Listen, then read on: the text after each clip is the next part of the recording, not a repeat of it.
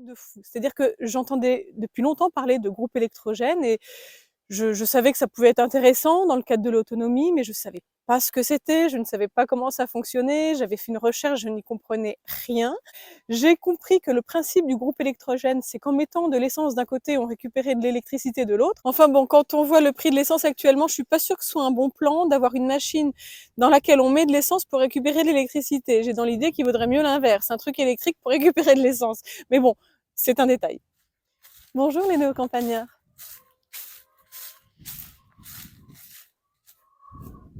Aujourd'hui, je vous montre quelque chose qui est là caché derrière la serre. Vous voyez ce que c'est ou pas? Alors aujourd'hui, je voudrais revenir sur un point que j'ai déjà abordé, mais qui est quand même vraiment fondamental quand on fait de l'élevage, c'est l'alimentation. Et alors, je vous ai déjà expliqué que pour l'alimentation, moi, je préférais acheter local plutôt qu'acheter des sacs de préparation toutes faites avec différents mélanges de grains et puis des vitamines, de ceci, de cela, etc. Donc, c'est vrai que je préfère acheter juste les céréales brutes, acheter du blé, acheter du maïs, acheter de l'orge, directement, idéalement, à des producteurs locaux, même si je reconnais que je ne le fais pas toujours non plus, hein, mais c'est vrai que c'est quand même ce à quoi je tends. Et puis, faire ensuite soit mes mélanges, et j'aime bien mélanger un petit peu, parce qu'il ne faut pas donner trop de maïs, parce que ça engraisse, mais c'est bien qu'il y en ait un peu quand même, etc. Et puis surtout, faire aussi un peu de transformation, que ce soit des graines germées, je le fais parfois, que ce soit du grain fermenté, très intéressant aussi, pour la digestion notamment, et puis c'est très riche.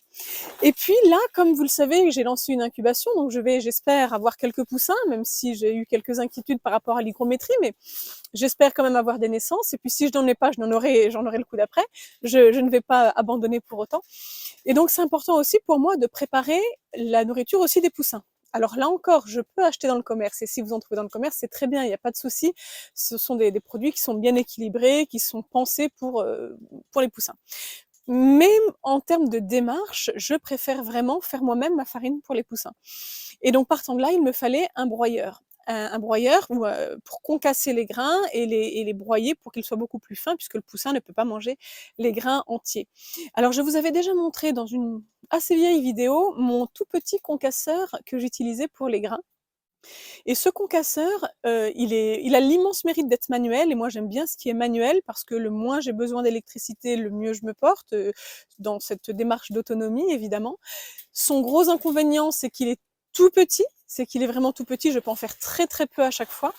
Et puis bah, le manuel, ça a quand même aussi ses limites, notamment quand on veut passer à une plus grande quantité ou quand on veut concasser de l'orge. Pour le maïs, c'est assez facile, c'est souple, mais pour l'orge, je reconnais que c'est quand même vraiment physique en fait. Et donc pour changer de dimension, pour changer de volume, pour passer un peu dans la cour des grands, si je puis dire, j'ai investi dans un concasseur. Alors, il est là, il est très laid, je vous l'accorde. Je pense que j'aurais pu trouver mieux, mais je vais vous expliquer un petit peu pourquoi je n'ai pas trouvé mieux, pourquoi j'ai pris celui-là malgré tout, et comment est-ce que je vois un petit peu les choses. Je pense que je vais en être très contente quand même, et je vais vous expliquer pourquoi. Alors en fait, j'ai essayé de trouver un concasseur d'occasion dans du matériel ancien. Vous savez, ces beaux moulins à grains que l'on trouve avec un support métallique bien lourd, en fonte bien souvent, avec un panier en bois au-dessus. Et voilà, ce sont de très beaux objets que j'aime énormément. Et je ne désespère pas d'en trouver un. Ça reste quand même dans un de mes objectifs, et je garde ça dans un coin de ma tête. Mais là, ce que j'ai trouvé en regardant sur un site bien connu de petites annonces ne me convenait pas, était trop loin ou trop vieux pour le coup, ou il manquait carrément le moteur. Sauf que moi, s'il manque le moteur, mais j'y connais rien, je sais pas rajouter un moteur en fait. Et donc, comme c'est maintenant que j'en avais besoin, j'ai fait le choix d'acheter quelque chose en neuf, évidemment en plastique, ce qui n'est pas beau, ce qui n'est pas j'allais dire écolo. Je dirais tout dépend de l'usage qu'on fait du plastique, hein. Si on le garde dans la durée, c'est pas forcément grave, sauf que je me doute bien que dans 50 ans, il sera plus là, mon plastique. Alors que les anciens concasseurs, ils ont plus de 50 ans et ils sont toujours là. Donc bon, bref, je vais pas vous faire une vidéo sur le plastique, je n'y suis pas favorable en absolu. Pour autant, j'ai quand même opté pour celui-ci. D'abord parce que ça me permettait d'en avoir un maintenant, que ça me permettait d'en avoir un hyper léger, et mine de rien, regardez, hop, je le prends, je le déplace, je le mets là, etc. Et c'est vrai que pour moi, cette facilité de déplacement, de pouvoir faire ça toute seule, c'était aussi important. Et puis surtout, il va répondre à mes besoins maintenant. Et je vous montre ça tout de suite. Alors le principe, c'est qu'à l'intérieur, on met le filtre que l'on veut pour avoir la taille que l'on recherche au niveau du résultat. Donc on a du gros trou, du tout petit trou, là on est quasiment à de la farine, du moyen petit et du moyen gros que j'ai mis dedans. Je vais vous montrer ça tout de suite. Donc évidemment, avant de manipuler, on débranche, hein, ça c'est la base.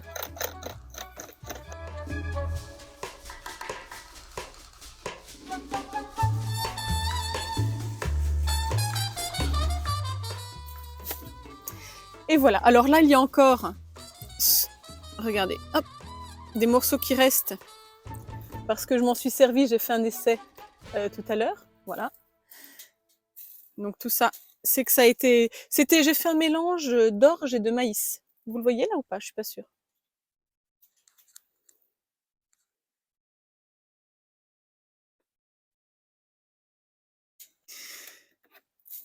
Et donc le principe, c'est qu'ici, voilà. Alors le résultat était déjà presque trop concassé, était déjà presque trop moulu. Je vais refaire un essai avec vous en mettant le plus large. Je pense que ça devrait être suffisant pour les poules. Évidemment, pour les poussins, je ferai beaucoup plus fin pour que ce soit plus de la farine et qu'ils puissent le manger plus facilement. Mais pour les poules, par contre, faut quand même pas exagérer, elles peuvent prendre vraiment du grain. C'est juste que je vous rappelle que le maïs est quand même trop gros pour elles, donc c'est pour ça que je veux concasser le maïs. Et l'orge a des bouts un peu trop pointus qui peuvent les irriter. C'est pour ça que je ne leur donne pas d'orge directement. En revanche, le blé, par exemple, ou le triticale, vous pouvez le donner directement sans vous poser de questions.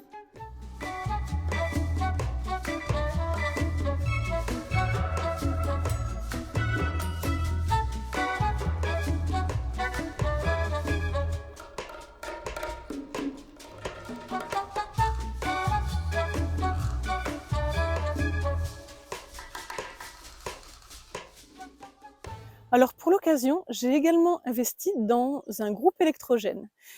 Ça n'a l'air de rien comme ça, mais pour moi, c'est juste un truc de fou. C'est-à-dire que j'entendais depuis longtemps parler de groupe électrogène et je savais que ça pouvait être intéressant dans le cadre de l'autonomie, mais je ne savais pas ce que c'était, je ne savais pas comment ça fonctionnait, j'avais fait une recherche, je n'y comprenais rien. Bon, j'ai fini par me lancer quand même, donc j'ai pris un petit modèle. J'ai compris que le principe du groupe électrogène, c'est qu'en mettant de l'essence d'un côté, on récupérait de l'électricité de l'autre, et c'est exactement ce qu'il me faut pour avoir de l'électricité sur le terrain, loin de la maison, pour faire fonctionner mon concasseur. Enfin bon, quand on voit le prix de l'essence actuellement, je suis pas sûre que ce soit un bon plan d'avoir une machine dans laquelle on met de l'essence pour récupérer de l'électricité. J'ai dans l'idée qu'il vaudrait mieux l'inverse, un truc électrique pour récupérer de l'essence. Mais bon, c'est un détail.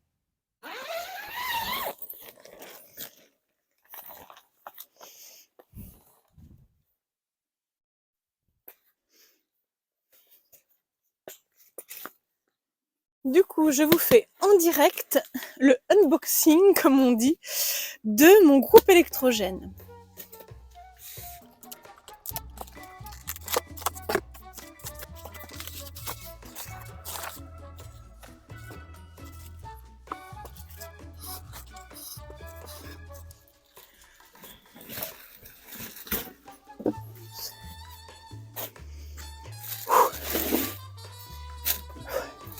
Bon, franchement, vu le poids du truc, j'aurais été à 2 pour le sortir du carton, ça aurait été pas mal. Mais je l'ai fait.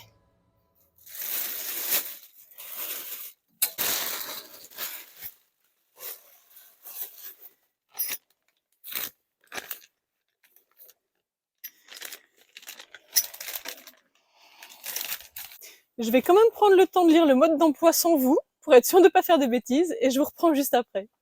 Bon, le verdict est tombé. Non seulement il me faut de l'essence, mais ça je le savais, j'avais anticipé, mais il faut aussi de l'huile moteur de temps.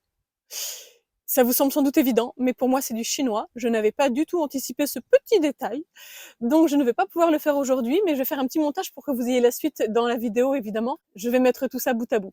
Toujours est-il que ça fait partie aussi de ce qu'il est important de comprendre, c'est-à-dire que quand on sort un petit peu de sa zone de confort, et là pour le coup, moi je sors complètement de ma zone de confort, eh bien on n'y arrive pas du premier coup. Alors je sais que parmi les abonnés, il y en a un certain nombre qui sont assez pointus, on va dire, ou en tout cas qui sont beaucoup plus avancés que moi, autant dans l'élevage que dans l'autonomie et la mise en place d'une ferme. Donc pour cela, évidemment, j'imagine que ça va les faire sourire parce que tout leur semble évident. Mais je sais aussi qu'il y a de grands débutants parmi les abonnés.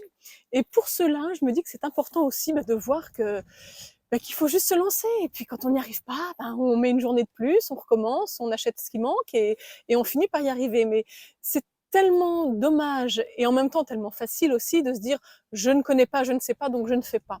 Eh bien non, non. Ce n'est pas parce qu'on ne connaît pas, parce qu'on ne fait pas, qu'il ne faut pas se lancer.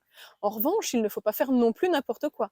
Mais quand on ne sait pas, quand on ne connaît pas, on se renseigne un peu, on essaie de comprendre. Si on ne comprend pas tout, ce n'est pas grave, on passe à l'action et on comprend au fur et à mesure. Voilà. Rebonjour les néo-campagnards. Ça y est, j'ai mon huile moteur de temps. Ne me demandez pas à quoi ça sert, mais je sais qu'il faut le mettre dedans, donc je vais le mettre dedans.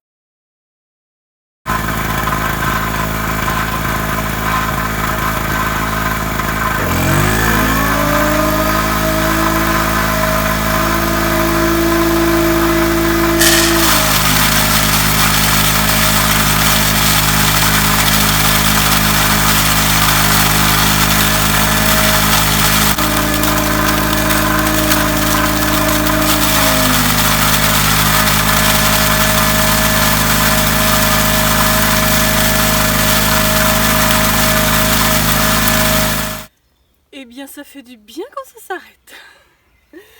Alors, premier essai avec le groupe électrogène. Donc, ça sent très mauvais, c'est une horreur.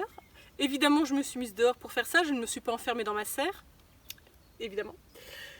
Donc, ça sent mauvais, ça fait un bruit des enfers. Et comme le moulin est également extrêmement bruyant, c'est 1 minute où il faudrait presque mettre un casque en fait. Ceci étant, la vraie question c'est est-ce que c'est efficace?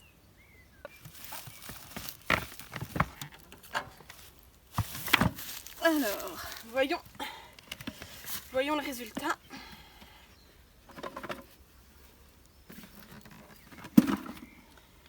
Alors au-dessus j'ai donc l'orge que j'ai mis en dernier. Je vais vous montrer. En fait, il y a des morceaux bien limite farine et puis des grains entiers. C'est très irrégulier. Bilan mitigé pour l'orge. C'est pas mal, mais il y a encore des morceaux entiers, donc le petit pic des côtés n'a pas disparu tout le temps. Mais j'ai dans l'idée que ça devrait quand même le faire. Par contre, impeccable pour le maïs. C'est vraiment très très bien. Donc ça va être pour les poules, pour les adultes, c'est-à-dire les reproducteurs et les poules pondeuses. Et je vais refaire un broyage cette fois-ci très fin pour les poussins qui sont nés déjà, qui sont en train de naître. Là, ils sont encore dans l'incubateur. Ils vont passer dans l'éleveuse à partir de demain. Et forcément, il va falloir les nourrir. Pour l'instant, ils ne mangent rien tant qu'ils sont dans l'incubateur. Ils restent 24 heures sans manger. Mais demain, il va falloir commencer à les nourrir. Et donc là, je veux que ce soit au contraire très très fin. Hors de question d'avoir ça. Je vais faire un essai, je vous montre.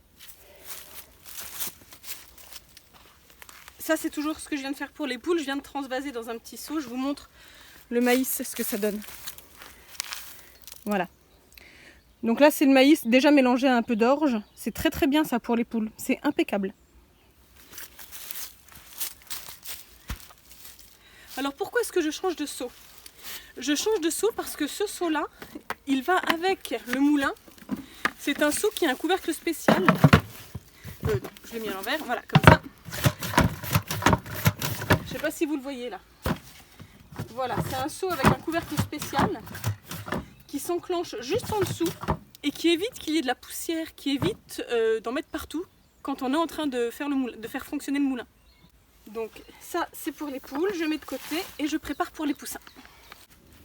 Je vais passer du plus gros au plus petit. On va voir ce que ça donne.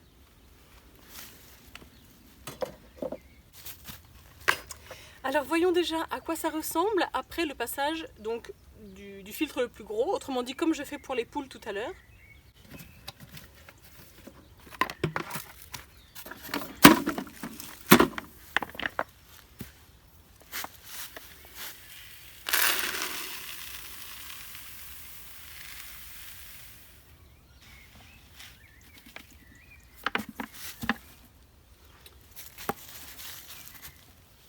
Bon, sans surprise, c'est très bien pour le maïs. Ça a l'air a priori plutôt pas mal pour le blé, bien que il y ait des grains entiers. Et puis pour l'orge, très mitigé. On va voir maintenant avec le tout petit filtre.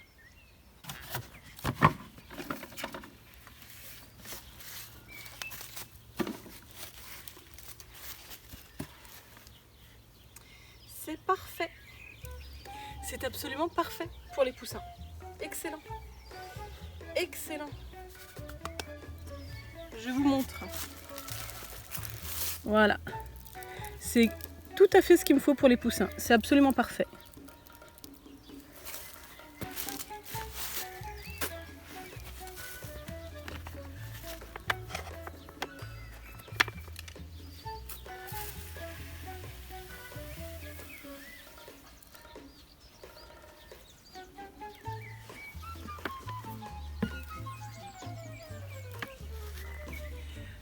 Alors, la conclusion de tout ça, eh bien écoutez, c'est très bien. Je vais avoir besoin d'un petit peu de temps pour me familiariser avec le groupe électrogène, que j'arrive à le démarrer du premier coup, que je m'organise pour qu'il ne soit pas trop près de ma serre, pour qu'il n'y ait pas trop d'odeur, etc. Que je vois comment je m'installe pour l'utiliser. Mais il est quand même petit, il est pratique, je pense que ça va bien faire l'affaire. Je suis extrêmement contente de mon moulin. D'ailleurs, j'ai dit plusieurs fois dans la vidéo le concasseur. En réalité, c'est un moulin, ce n'est pas un concasseur. Ce qui explique aussi que ça fasse tout de suite farine, même avec le gros filtre. Mais je suis très contente de mon moulin parce que pour les poussins, ça va être juste parfait. Et comme vous savez que je n'aime pas acheter l'alimentation toute prête et que je veux le faire moi-même, eh bien j'avais vraiment besoin de ce moulin. Donc ça va être parfait. C'est pas mal du tout pour les poules aussi, pour le maïs c'est excellent et pour le coup avec le gros filtre ça fait un peu l'équivalent d'un concassage, donc ça me va très bien. Pour l'orge, il faut vraiment avoir un filtre petit ou moyen petit pour que ça le coupe et qu'il n'y ait plus les petites pointes. Avec le gros filtre ou le moyen gros, il y a toujours sur certains grains les pointes de l'orge. Donc voilà, il suffit juste de le savoir. Je vous rappelle que pour l'orge, j'ai d'autres solutions de toute façon, notamment de faire fermenter les grains ou de les faire germer. Donc voilà, c'est pas un souci. Donc si vous voulez vous installer avec un certain nombre de volailles, ça peut être intéressant, et notamment si vous faites de la reproduction, ça peut être intéressant d'avoir un moulin comme celui-ci. Je vous referai un retour au bout de quelques temps d'utilisation évidemment, là c'était une toute première pour moi, mais c'est quand même plutôt concluant. Je vous dis à très bientôt pour la suite des aventures, je vous parlerai notamment de la naissance des poussins. À très bientôt dans la prochaine vidéo.